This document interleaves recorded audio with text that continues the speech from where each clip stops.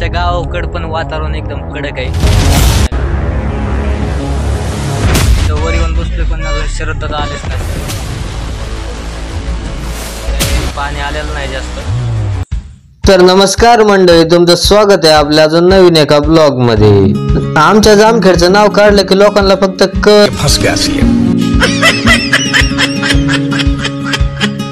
काहीच नाही, आमच्या जामखेड मध्ये काहीच नाही असं लोकांना वाटतं. तुम्ही दुसरा कोणता अर्थ घेऊ नका. पण आमच्या जामखेड मध्ये पण खूप चांगले चांगले जागा आहेत, जसं की खर्ड्याचा शिवपट्टण किल्ला, नागेश्वर मंदिर, रामेश्वर मंदिर, सावतड्याचा वॉटरफॉल. आणि आज आपण त्यामध्ये अजून भर घालायला म्हणजे आपल्या जामखेडचे एकदम उत्कृष्ट असे रस्ते, लय मोठ्या चांगल्या चांगल्या गोष्टी आपल्या जामखेड मध्ये बघण्यासाठी. मग त्यातलीच एक गोष्ट आज आपण बघण्यासाठी आणि एक्सप्लोअर करण्यासाठी जाणार आहोत, ते म्हणजे सावताड्याचा वॉटरफॉल प्लस मध्ये रामेश्वराचं मंदिर. तर चला सुरू करूया रस्त्याचा आनंद घेत.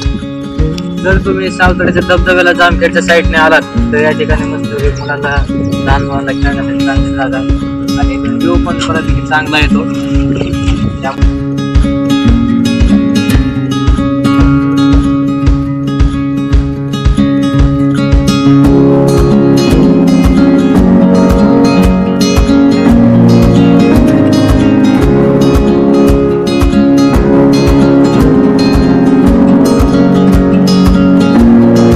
रस्त्यावर खूप फुफुटा होता, पण कृपा आपल्या पावसाने केली. ते पाऊस झाल्यामुळं काय फुफुटा उडत नव्हता, पण पावसाची सुरुवात परत व्हायला लागली होती, म्हणून म्हणलं आपलं लवकर हालावा.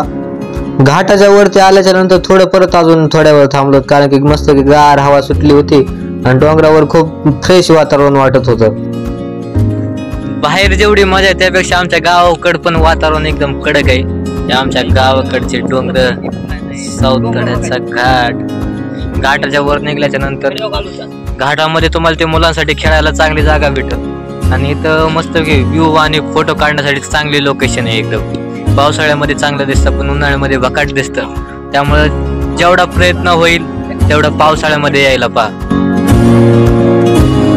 पावसाचं वातावरण खूपच वाढत चाललं होतं, म्हणून म्हणलं आपलं लवकर निघावं, नाही तर परत कालू वॉटरफॉल सारखं कुठेतरी गुंतून बसायचं.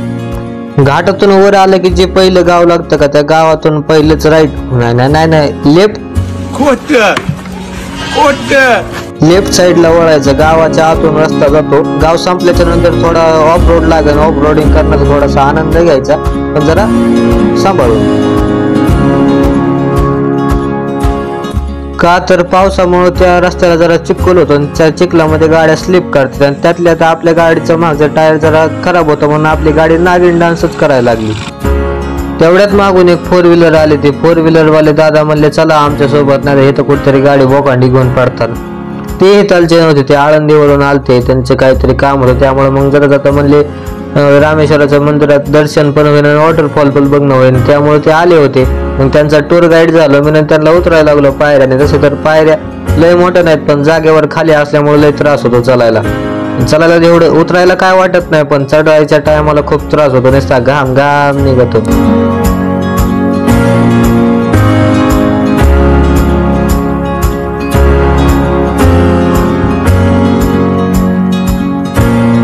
पाण्याचा आवाज तर काही जास्त येत नव्हता, म्हणून म्हणलं आधी रामेश्वराचं दर्शन घ्यावं मंदिरात जाऊन. पण शरद महाराज आपल्या पुढे पळत होते दर्शन घ्यायला.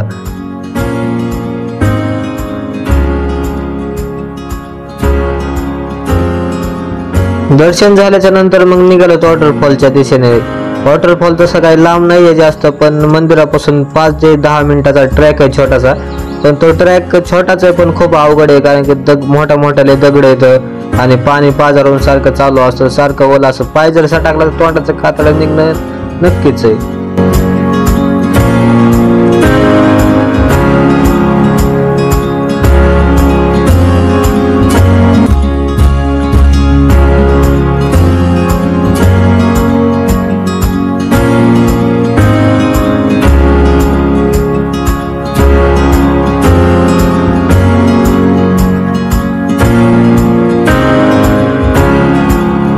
पण वॉटरफॉलच्या जवळ गेल्याच्या नंतर आमच्या सगळ्यांचा मूड हाफ झाला, कारण की पाणीच नव्हतं. मित्रांनो, आपण आलो सावतड्याच्या वॉटरफॉल मध्ये, पण गावाकडे जास्त पाऊस नसल्यामुळं काही पाणी आलेलं नाही जास्त.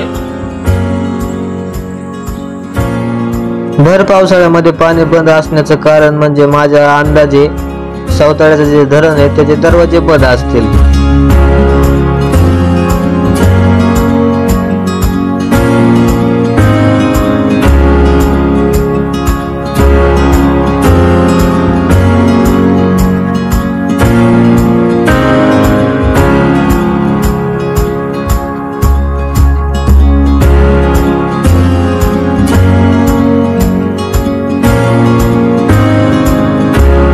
मग काय हाफ मोड घेऊन निघालोत माघारी. हाफ मोडचं काय नव्हतं हो, पण परत मोठ्या पायऱ्या माघारी चढायचं ह्याचं टेन्शन आलं होतं.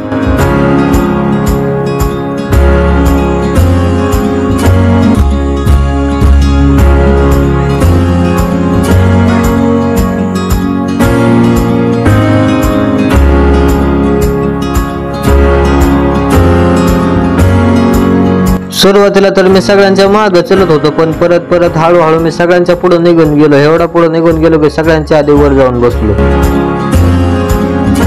वर आल्याच्या नंतर मला अजून एक वॉटरफॉल दिसला, पण आता शक्ती नव्हती परत खाली उतरून परत तिकडे जाऊन परत माघारी वर चढायची, म्हणून मला जाऊ द्या परत कधी येता येईल.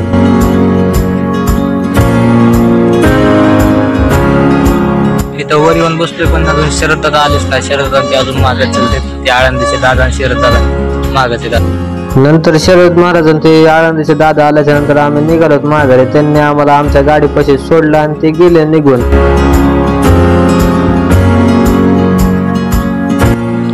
पायऱ्या चढू आमचा फार घाम निघला, घाम. पण जे बघायसाठी आलतो ते भेटलंच नाही. दारच बंद होते, भर पावसाळ्यात दार बंद होती. तर काय करावं, नशीबच आहे आमचं, गांडू आहे. तर भेटूया पुढच्या नवीन ब्लॉग मध्ये. जय जिजाऊ, जय शिवराय मित्रांनो.